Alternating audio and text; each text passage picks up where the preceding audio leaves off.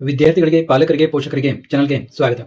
ಬಹಳಷ್ಟು ಪಾಲಕರಿಗೆ ನಮ್ಮ ಹುಡುಗನ ಅಥವಾ ಹುಡುಗಿಯ ರ್ಯಾಂಕ್ ಚೆನ್ನಾಗಿ ಬರುತ್ತೋ ಇಲ್ವೋ, ಮ್ಯಾನೇಜ್ಮೆಂಟ್ ಕೋಟಾದಲ್ಲಿ ಅಡ್ಮಿಷನ್ ತಗೊಂಡ್ಬಿಡೋಣ ಅಂತ ಯೋಚನೆ ಇರುತ್ತೆ. ನಾನಿಲ್ಲಿ ಮಾತಾಡ್ತಾ ಇರೋದು ಕೇವಲ ಇಂಜಿನಿಯರಿಂಗ್ ಬಗ್ಗೆ. ಆದರೆ ಅವರಿಗೆ ಇಂಜಿನಿಯರಿಂಗ್ ಮ್ಯಾನೇಜ್ಮೆಂಟ್ ಕೋಟಾ ಫೀಸ್ ಎಷ್ಟಿರುತ್ತೆ ಅನ್ನೋದು ಅಷ್ಟೊಂದಾಗಿ ಗೊತ್ತಿರೋದಿಲ್ಲ ಮತ್ತು ವೆಬ್ಸೈಟ್ಗಳಲ್ಲಿ ನೋಡ್ಲಿಕ್ಕೆ ಹೋದ್ರೂ ಕೂಡ ಸರಿಯಾಗಿ ಗೊತ್ತಾಗೋದಿಲ್ಲ. ಕೆಲವು ಕಾಲೇಜ್ನವರು ಕ್ಲಿಯರ್ ಆಗಿ ಮೆನ್ಷನ್ ಮಾಡಿರ್ತಾರೆ. ಬಹಳಷ್ಟು ಕಾಲೇಜ್ನವರು ಫೀಸ್ ಬಗ್ಗೆ ಮೆನ್ಷನ್ ಮಾಡಿರೋದಿಲ್ಲ. ಕೆಲವೊಂದು ನಂಬರ್ ಕೊಟ್ಟಿರ್ತಾರೆ. ನೀವು ಕಾಲ್ ಮಾಡಿ ಕೇಳಿದ್ರು ಕೂಡ ಕಾಲೇಜಿಗೆ ಬನ್ನಿ ಮಾತಾಡೋಣ ಅಂತ ಹೇಳ್ತಾರೆ. ಹೀಗಾಗಿ ಅವರಿಗೆ ಆಕ್ಚುಯಲ್ ಮ್ಯಾನೇಜ್ಮೆಂಟ್ ಕೋಟಾ ಫೀಸ್ ಎಷ್ಟಿರುತ್ತೆ ಅಂತ ಗೊತ್ತಾಗೋದಿಲ್ಲ. ಕೆಲವು ಕಾಲೇಜ್ನವರು ಅದನ್ನ ಅಫಿಷಿಯಲ್ ಆಗಿ ಅನೌನ್ಸ್ ಮಾಡ್ತಾರೆ. ಬಹಳಷ್ಟು ಇದು ಒಂದು ತರ. ಇನ್ನು ಕೆಲವೊಂದು ಪಾಲಕರಲ್ಲಿ ಟಾಪ್ ಕಾಲೇಜಿಗೆ ಹಚ್ಚಬೇಕು, ವಿದ್ಯಾರ್ಥಿಗಳಿಗೂ ನಾವು ಟಾಪ್ ಕಾಲೇಜಲ್ಲೇ ಕಲಿಬೇಕು ಅಂತ ಇರುತ್ತೆ. ಆದ್ರೆ ಅವರ KCET ರ್ಯಾಂಕು, ಕಾಮೆಟ್ ರ್ಯಾಂಕು ಚೆನ್ನಾಗಿ ಬರೋ ಸಾಧ್ಯತೆ ತುಂಬಾ ಕಡಿಮೆ ಇರುತ್ತೆ. ಅದು ಅವರಿಗೆ ಗೊತ್ತು ಕೂಡ ಇರುತ್ತೆ. ಹೀಗಾಗಿ ಟಾಪ್ ಕಾಲೇಜಲ್ಲಿ ಮ್ಯಾನೇಜ್ಮೆಂಟ್ ಫೀಸ್ ಎಷ್ಟಿದೆ ಅಂತ ತಿಳಿದುಕೊಂಡು ಸಾಧ್ಯವಾದ್ರೆ ಹಚ್ಚಬೇಕು ಅನ್ನೋದು ಅವರ ಒಂದು ಅಭಿಪ್ರಾಯ ಇರುತ್ತೆ.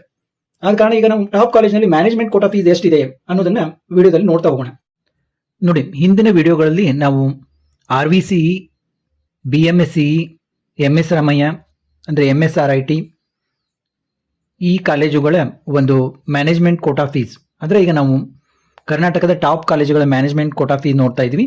ಅದರಲ್ಲಿ ಈಗ Dayanand Sagar college of engineering ಇದು ಆಲ್ಮೋಸ್ಟ್ ಟಾಪ್ 5th ನಲ್ಲಿ ಬರ್ತದೆ. ಈ ಕಾಲೇಜಿನ ಒಂದು ಮ್ಯಾನೇಜ್ಮೆಂಟ್ ಕೋಟಾ ಫೀ ಏನಿದೆ ಅಂತ ಈಗ ನಾವು ನೋಡೋಣ. ನೋಡಿ, admission under management quota for first year BE programme for the year 2026-27 students seek admission for the following BE programme are hereby required to send the request to the admission director Bengaluru for the engineering programme of their choice to the email ID ಅಂತೆಲ್ಲ ಕೊಟ್ಟಿದ್ದಾರೆ. In DSC campus Kumaraswamy layout Bengaluru. ನೋಡಿ, ಕುಮಾರಸ್ವಾಮಿ ಲೇಔಟ್ನಲ್ಲಿ ಇದೆ. ಇಲ್ಲಿ tuition fee for the academic year 2026-27 in lakhs total fee for the programme ಅಂತ ಅದನ್ನು ಕೂಡ ಇದನ್ನು ಮಾಡಿ ಕೊಟ್ಟಿದ್ದಾರೆ, ಕ್ಯಾಲ್ಕುಲೇಟ್ ಮಾಡಿ. ಇಲ್ಲಿ ನೀವು ನೋಡ್ಬೋದು, ಇಲ್ಲಿ ಟೋಟಲ್ ನಿಮಗೆ ಈ ಕಾಲೇಜ್ನಲ್ಲಿ 15 ಪ್ರೋಗ್ರಾಮ್ಗಳ ಒಂದು ಮ್ಯಾನೇಜ್ಮೆಂಟ್ ಇದನ್ನು ಕೊಟ್ಟಿದ್ದಾರೆ. ಆಲ್ಮೋಸ್ಟ್ ಎಲ್ಲ ಪ್ರೋಗ್ರಾಮ್ಗಳು ಇವೆ. ಇಲ್ಲಿ 15 ಪ್ರೋಗ್ರಾಮ್ ಇದಾವೆ. ಏರೋನಾಟಿಕಲ್ ಇಂಜಿನಿಯರಿಂಗ್ ನೋಡಿ, ಏರೋನಾಟಿಕಲ್ ಇಂಜಿನಿಯರಿಂಗಿಗೆ total fee for the programme 16.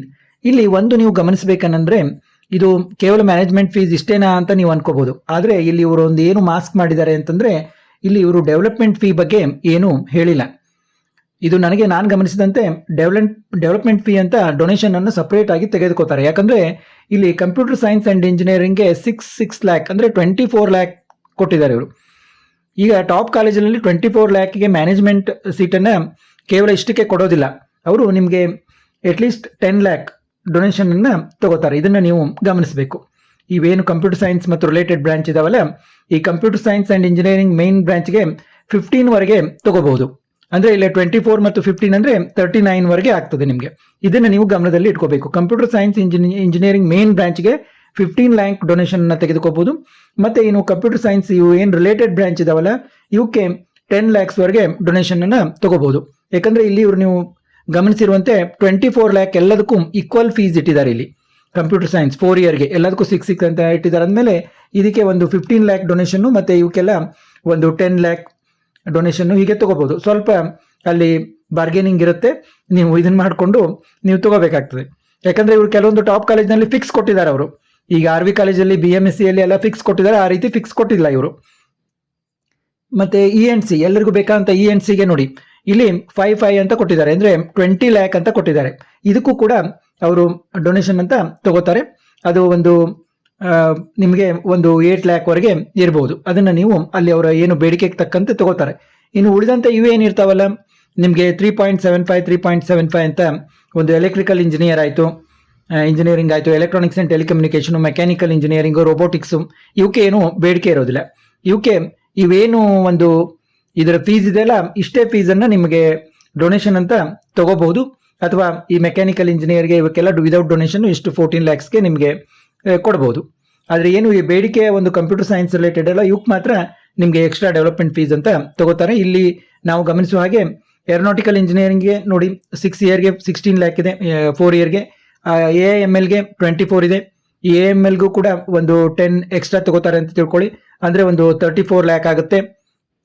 ಇನ್ನು ಆಟೋಮೊಬೈಲ್ ಇಂಜಿನಿಯರಿಂಗ್ಗೆ 12 ಲ್ಯಾಕು, ಬಯೋಟೆಕ್ನಾಲಜಿ 15, ಕೆಮಿಕಲ್ ಇಂಜಿನಿಯರಿಂಗ್ 12, ಇವಕ್ಕೆಲ್ಲ ಏನೋ ಬೇಡಿಕೆ ಇಲ್ಲ. ಸಿವಿಲ್ ಇಂಜಿನಿಯರಿಂಗ್ 12 ಇವೆಲ್ಲ ನಾನು ಇದಾಗಲೇ ಹೇಳಿದೆ. ಕಂಪ್ಯೂಟರ್ ಸೈನ್ಸ್ಗೆಲ್ಲ ನೀವೊಂದು ಮೇನ್ ಬ್ರಾಂಚ್ಗೆ ಒಂದು ನಿಯರ್ಲಿ ಒಂದು 40 ಲ್ಯಾಕು, ಮತ್ತು ಉಳಿದ ಬ್ರಾಂಚ್ಗೆಲ್ಲ ಒಂದು 30 and above 34 ಲ್ಯಾಕು ಹೀಗೆ ನೀವು ಹಿಡ್ಕೋಬಹುದು.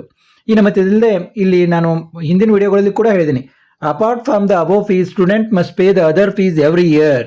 ಅಂದ್ರೆ ಇಲ್ಲಿ ಅದರ್ ಫೀಸ್ ಅಂತ 50,000 ತಗೋತಾರೆ ಬೆಂಗಳೂರಲ್ಲಿ ಟಾಪ್ ಕಾಲೇಜ್ಗಳಲ್ಲಿ. ಆ 50,000 ಅನ್ನು ಕೂಡ ನೀವು ಕೊಡಬೇಕಾಗುತ್ತೆ. ಇದು ಇಷ್ಟು Dayanand Sagar college of engineering ಒಂದು ಮ್ಯಾನೇಜ್ಮೆಂಟ್ ಕೋಟಾ ಫೀಸ್ ಇದೆ.